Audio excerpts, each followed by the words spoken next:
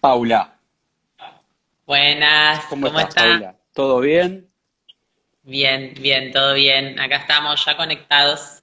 Ya conectado. Bueno, para arrancar, gracias por el tiempo que tomás. Sé que estás trabajando a full, que no parás. Así que te agradezco por el tiempo. No, Bueno, gracias a ustedes. Bueno, un recreo. la presento Paula Penaca, diputada nacional por el Frente de Todos, ex legisladora porteña durante 2 periodos, con una militancia muy activa en la zona sur, especial en Villa Soldati. Y después de tantos años se logró ganar la comuna, después de muchos años, la comuna 8 y bueno, referente de la Cámpora. Paula, pregunta obligada, ¿cómo la estás pasando en cuarentena?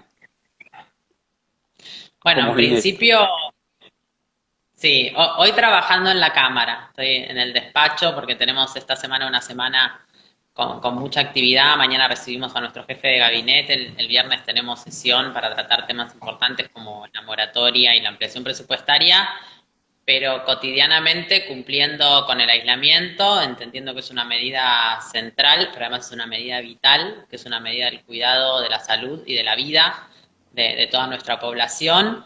Y bueno, intentando adecuarnos a esta nueva forma que nos toca, pero sabiendo que es la medida necesaria, porque está demostrado, ¿no? Que es la única que es efectiva para cuidar lo más importante que tenemos, que es la vida de toda nuestra población, ¿no?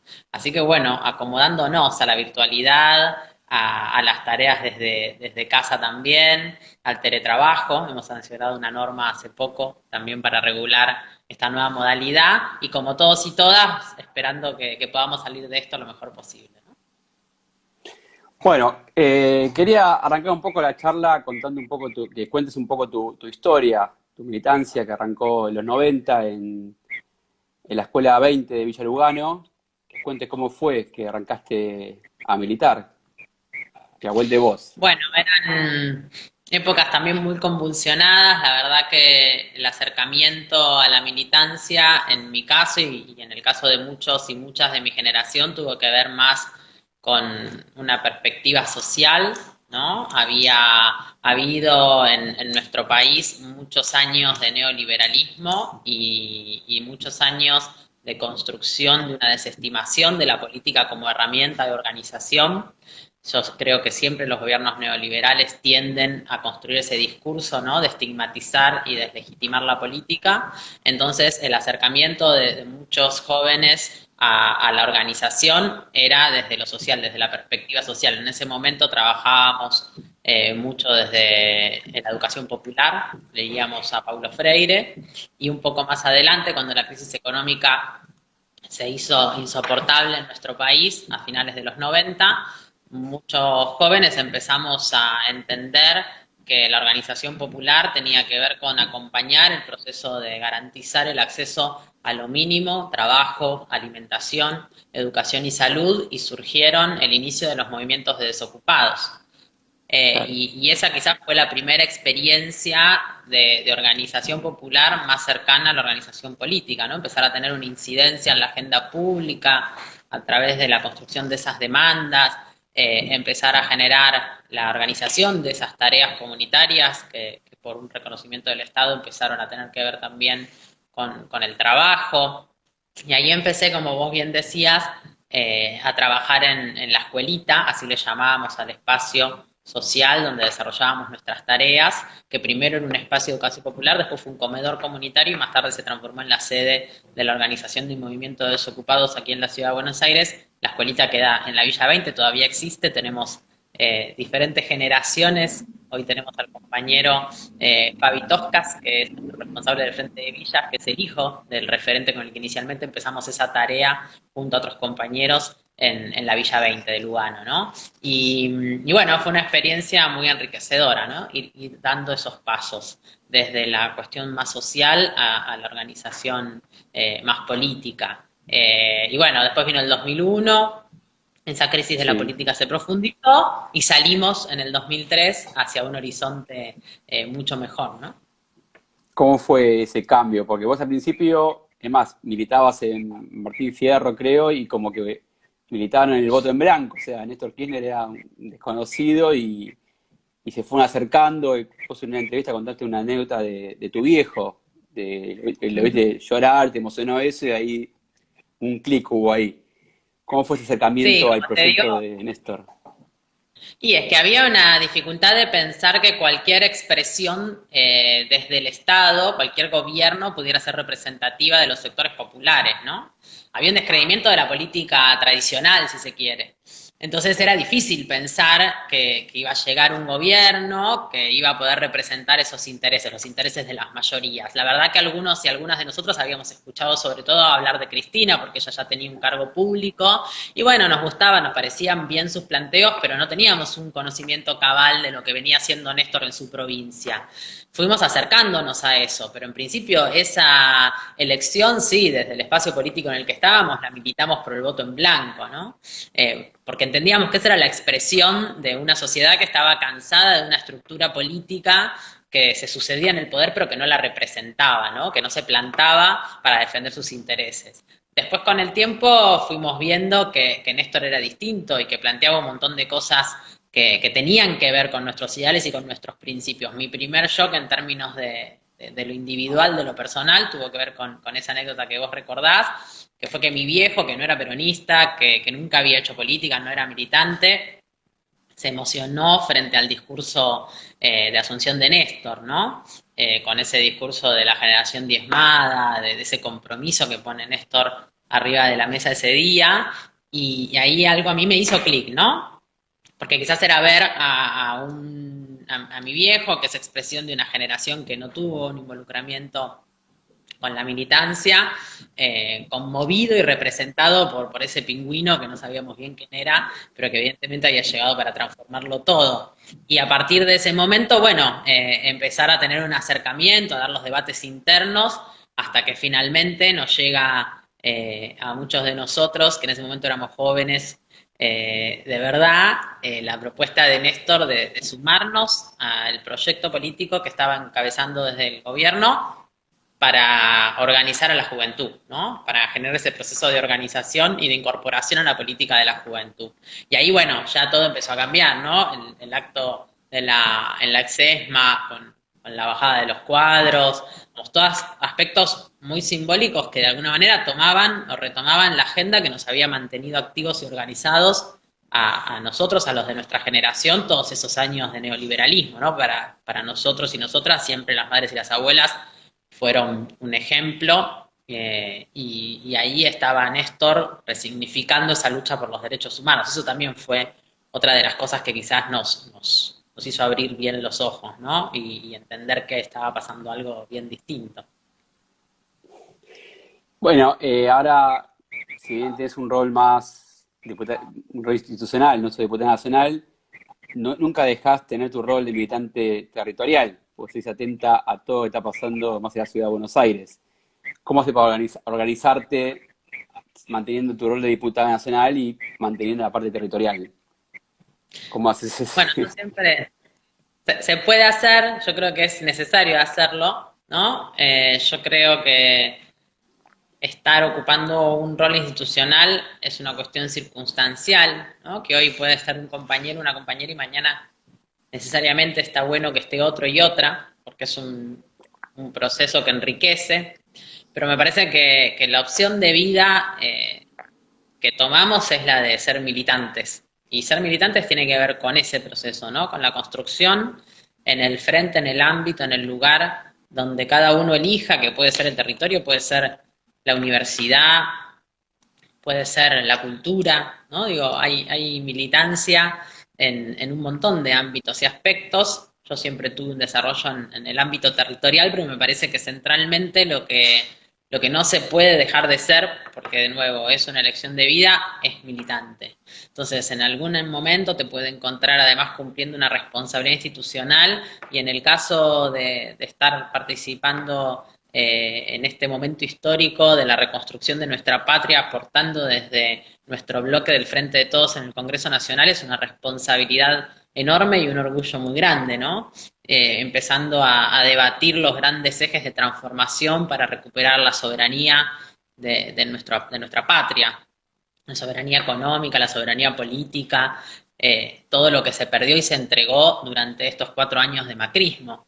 Así que el compromiso es muy grande y siempre intentando que haya una articulación con las necesidades concretas que plantea nuestro pueblo y que las podemos reconocer y acompañar porque estamos cerca en la construcción territorial que desarrollamos desde la organización, desde la que yo pertenezco y desde todas las otras que también son parte del movimiento nacional popular. Entonces, hacer esa sinergia entre las dos responsabilidades me parece que es una obligación, pero además de verdad es lo que enriquece, ¿no? Digo, sería medio ir a ciegas estar ocupando un lugar en la Cámara de Diputados y no tener ese correlato con la realidad cotidiana del pueblo, que es la que se palpa y la que se acompaña en la construcción militante cotidiana del territorio, ¿no? Así que son dos cosas que van de la mano. Está perfecto, sí, está perfecto porque es una manera de sí, está bien, porque muchos a veces se olvidan, llegan a un cargo y se olvidan y no es tu caso, se ve bien. ¿Cómo fue pasar de una oposición minoritaria, de legislatura, la verdad de la Ciudad de Buenos Aires, lamentablemente el oficialismo tiene mayoría de quórum propio, a un oficialismo en Cámara de Diputados, siendo gobierno, no llega el quórum, pero bueno, siendo oficialismo? ¿Cómo fue ese cambio de legislatura a la Cámara de Diputados? Mira, te diría que no es un cambio tan rotundo porque este bloque que tenemos en el Congreso tiene una vocación profunda por dialogar y consensuar, ¿no? La verdad que en la legislatura porteña hemos siempre sido un poco víctimas como oposición de un atropello constante por parte del oficialismo. Ya en los últimos años, sobre todo cuando también el macrismo gobernó el país, además de la ciudad, desde el bloque nuestro siempre denunciamos, ¿no? Que la legislatura era una especie de escribanía de la reta los últimos 4 años, donde no había debate real y genuino, donde no había posibilidad de construir ni de aportar nada, donde las cosas llegaban cerradas y se iban tal cual habían llegado, donde pocas veces se lograba que se escuche incluso no la voz de la oposición, sino la voz de la ciudadanía, ¿no? Claro. Y esa situación en el Congreso Nacional hoy no se expresan los mismos términos, ¿no? Nosotros hoy somos oficialismo y sin embargo intentamos generar todos los ámbitos de debate, que además el debate sea transparente, que el debate sea un debate de cara a la población, que no haya ningún rincón oscuro en cómo se dan las discusiones acá adentro y cómo se llega a las resoluciones a partir de los votos en el recinto y que sea constructiva además, ¿no? Porque me parece que a veces cuando la oposición está en una postura como está la oposición, muchas veces dentro de la Cámara, no toda la oposición, pero la oposición macrista dentro de la Cámara muchas veces asume posiciones o posturas que no son constructivas, ¿no? Que tienen más que ver con, a ver, con una especie de construirse desde el rol de obstaculizar, a veces incluso con politiquería barata, ¿no? Lo vimos clarito cuando en la cabeza de Patricia Bullrich, Juntos por el Cambio, sacó ese comunicado nefasto queriendo ser responsable de la vicepresidenta de la Nación del asesinato de Fabián Gutiérrez, ¿no? Me parece que ese tipo de oposición a veces se expresa también en términos parlamentarios en nuestra Cámara y no es la que aporta para que podamos avanzar con las diferencias que tenemos, con los debates que tengamos que darnos, con el respeto por lo que decidió la población en términos de mayorías y minorías, lo decía el otro día Cristina en la sesión del Senado, ¿no? Hay que aceptar las reglas del juego.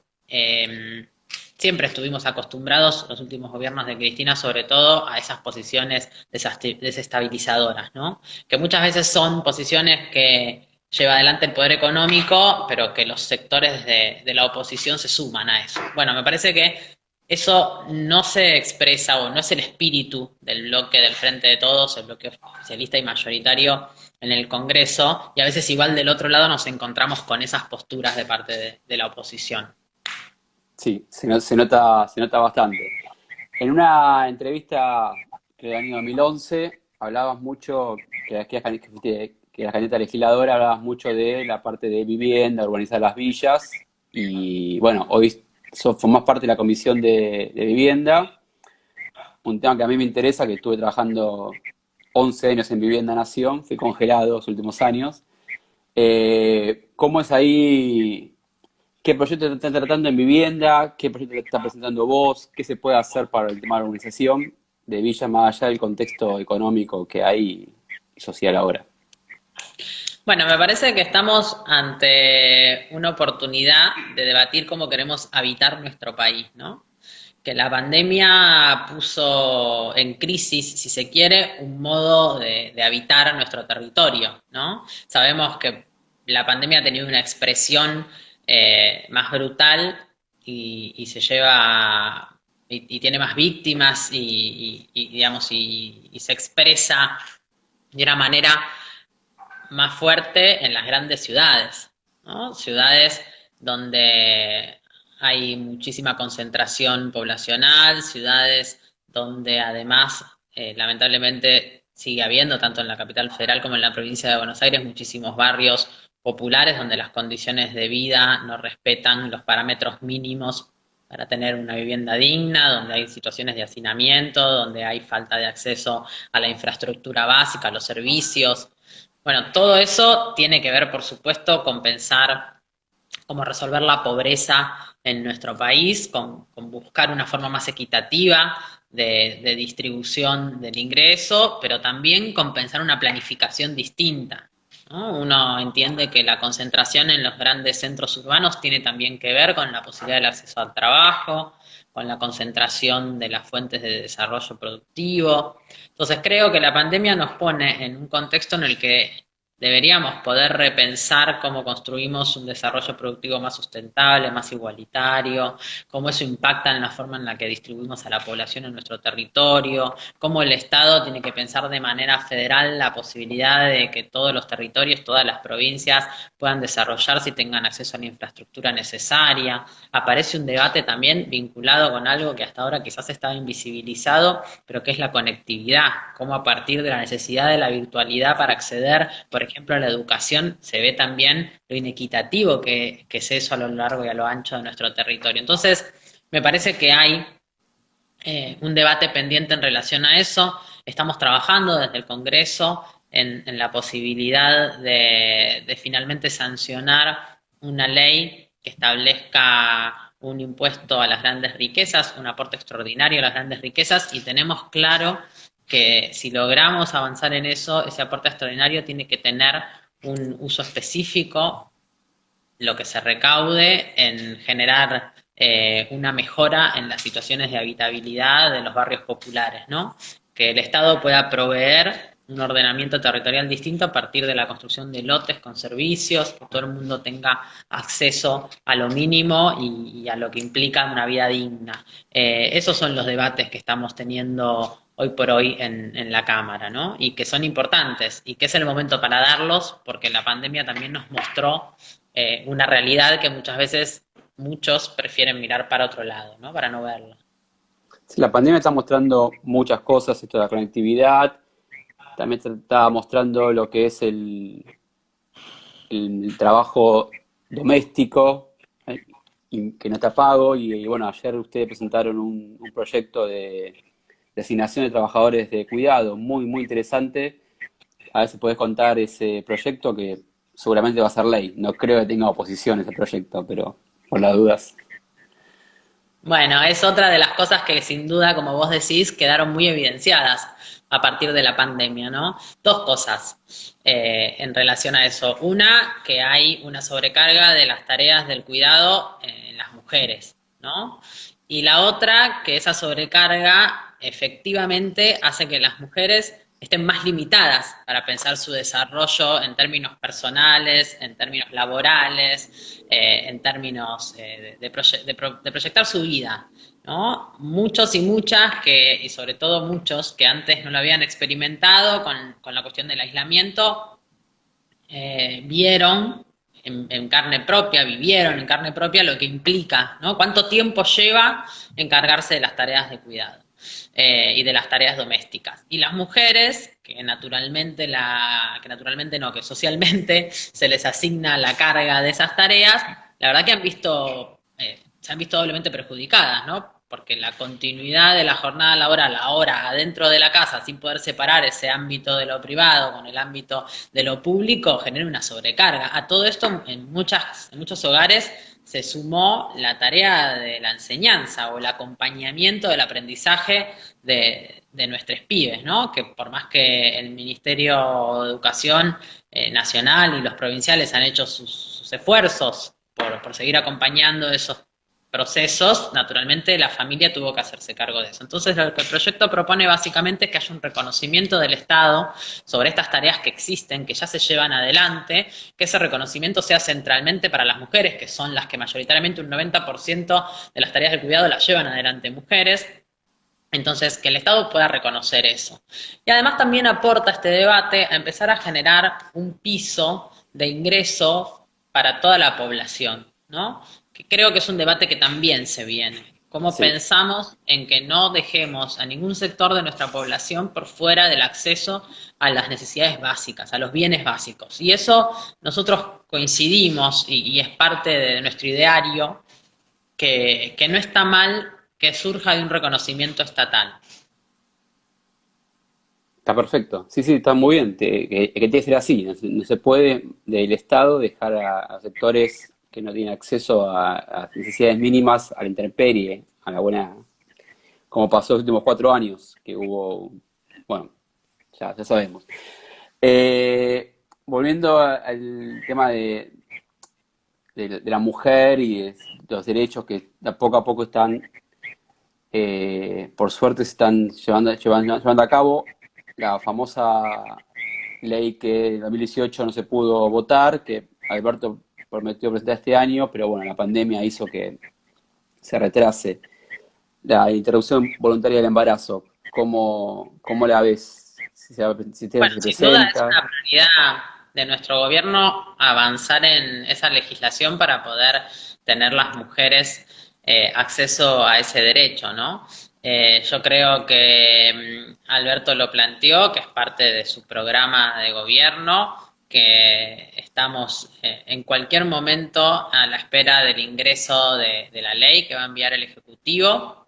Me parece que es muy importante rescatar que esto tiene que ver con una decisión de nuestro presidente, de nuestro gobierno, pero que sobre todo tiene que ver con un proceso de organización popular que nos dimos las mujeres en la calle en los últimos 4 años, y no solo en los últimos 4 años donde eso se expresó más visiblemente, sino que hay un antecedente histórico del movimiento feminista, de muchísimas mujeres que a lo largo de la historia en nuestro país y en el mundo han logrado empezar ese proceso de organización del movimiento feminista, que han ido avanzando en derechos. La tengo acá atrás a Evita, hace poquito conmemoramos el 26 de julio, la festejamos, la recordamos, y el voto femenino quizás fue uno de esas primeras conquistas que logramos en nuestro país de su mano, pero de ahí para acá y antes también este proceso de organización se ha ido fortaleciendo, ¿no? Y la lucha por el aborto legal se expresó además en un momento en el que era un momento de retroceso de derechos para el conjunto de la población.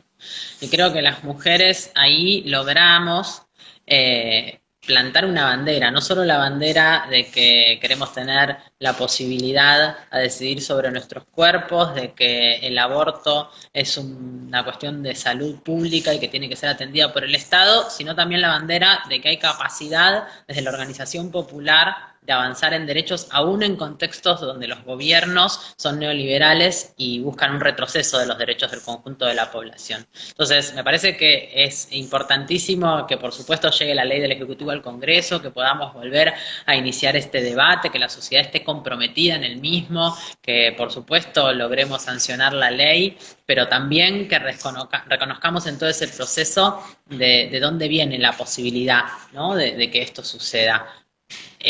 Hoy lo haremos acompañadas por la voluntad del gobierno y seguramente además la implementación de esa ley que se sancione tendrá a disposición todos los recursos y las políticas públicas del Estado para hacerse efectivo, ¿no? Pero sabemos que esa lucha o que esto que suceda, que yo estoy segura que va a suceder y que va a suceder en no tanto tiempo, que tengamos aborto legal en la Argentina, va a ser en realidad el resultado de ese proceso. Me parece que es importante tenerlo presente.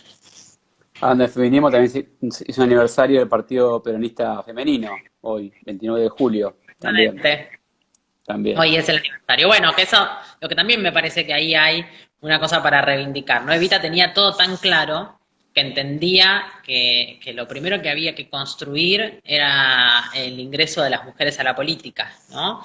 Y que eso se hacía a través de la organización y en ese caso ella eligió esa herramienta, la herramienta del partido. Pero bueno, que sentó un antecedente muy importante. Y hoy también seguimos peleando por esa igualdad en los derechos políticos de las mujeres. Y hace poquito tuvimos la posibilidad también de sancionar la ley de paridad, el acceso a los cargos. Bueno, tenemos un bloque, el bloque del Frente de Todos es un bloque paritario, tenemos igual cantidad de diputadas que de diputados.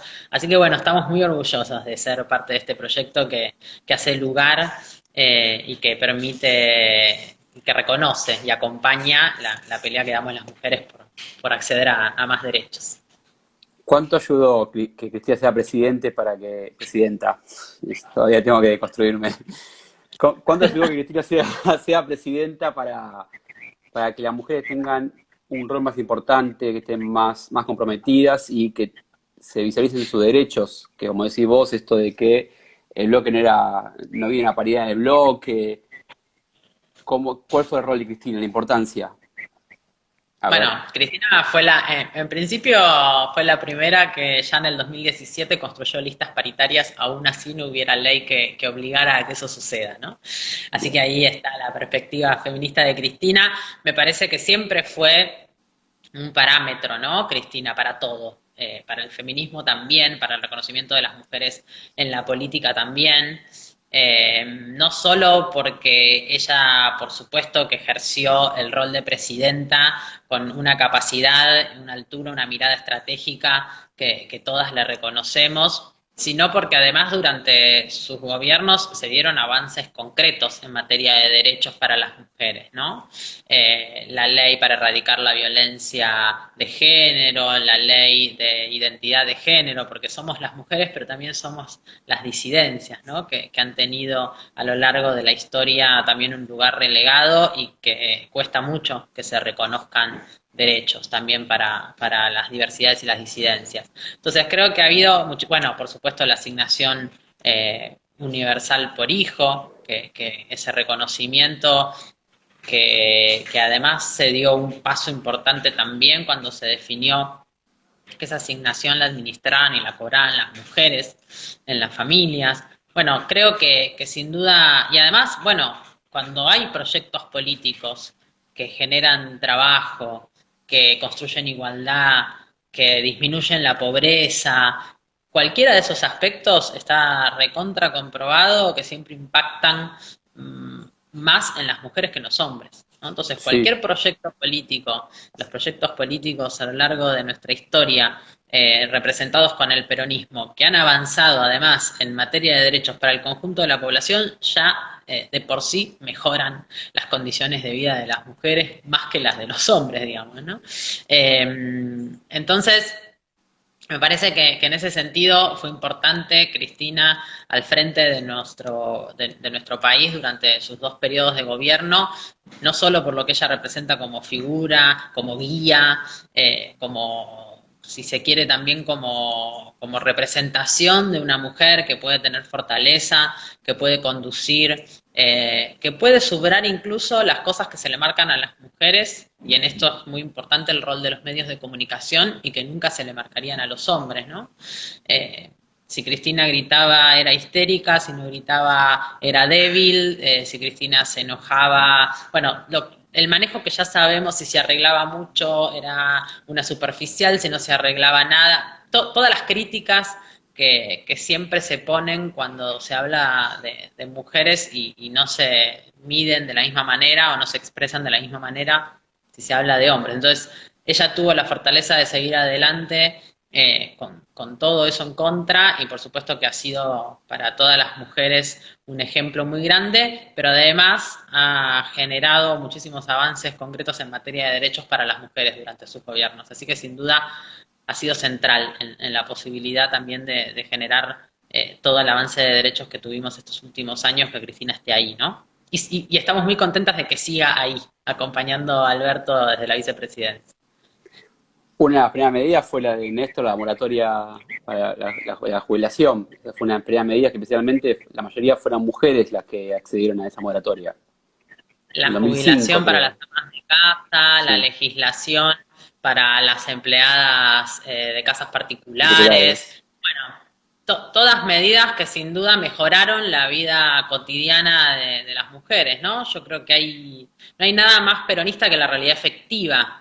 Y Cristina, desde su ideario peronista, me parece que se arremangó y se puso a trabajar, aún incluso quizás no reconociéndose como feminista, ¿no? Digo, Es cierto eso, sí, sí. tuvimos en el debate quizás del aborto, o mientras se dio el debate por el aborto legal, un montón de expresiones de Cristina que nos llenaron de alegría, ¿no?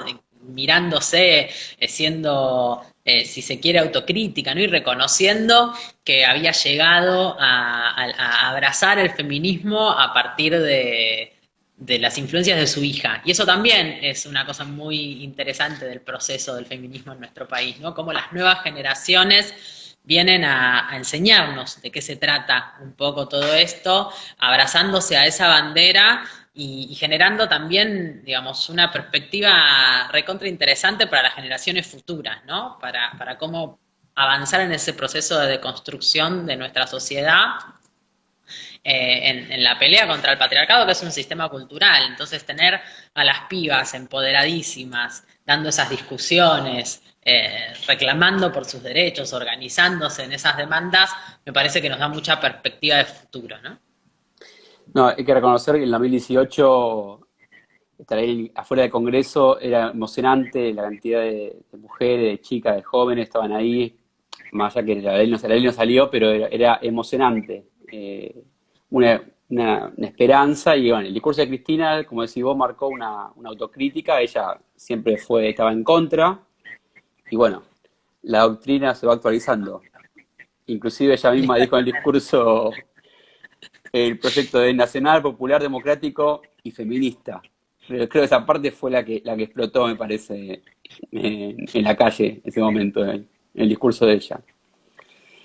Sin Bueno, dudas.